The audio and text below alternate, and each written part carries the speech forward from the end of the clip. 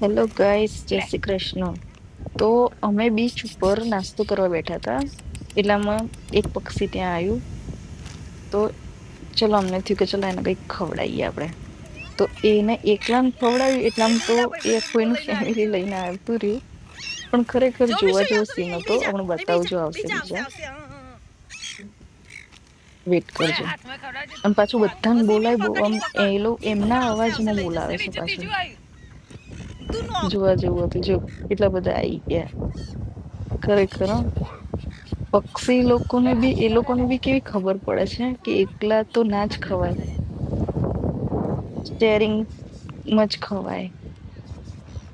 ખરેખર ખૂબ સરસ હતું. અને હજી તો એક તમને આગળ એક મસ્ત એક નવી વાત બતાવું. પેલા વિડીયો જુઓ તમે. થોડી ઝઘડમ ઝઘડી ચાલે છે. પણ એમાં થયું કેવું કે ચેરી અમે ખાતા હતા અને ચેરી નાખી તો ચેરી ખાતું હતું, પણ એપલ નાખ્યું ને તો એપલ એને ના ખાધું.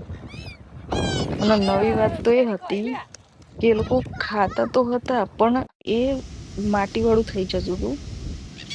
તો એ લઈ જઈને સીધા જતા હતા દરિયાના પાણીમાં. તમને જોવા મળશે. પકડી ચાંચમાં પકડીને લઈ જાય ત્યાં દરિયાના પાણીમાં, અને પછી એમાં ડીપ કરીને મીન્સ કે ક્લીન કરીને ખાતા હતા. ખરેખર એ લોકોને કોણ શીખવાડતું હશે આ બધું કે માટી વાળું તો ના ખવાય. જો કેવું ધોઈને ખાય છે.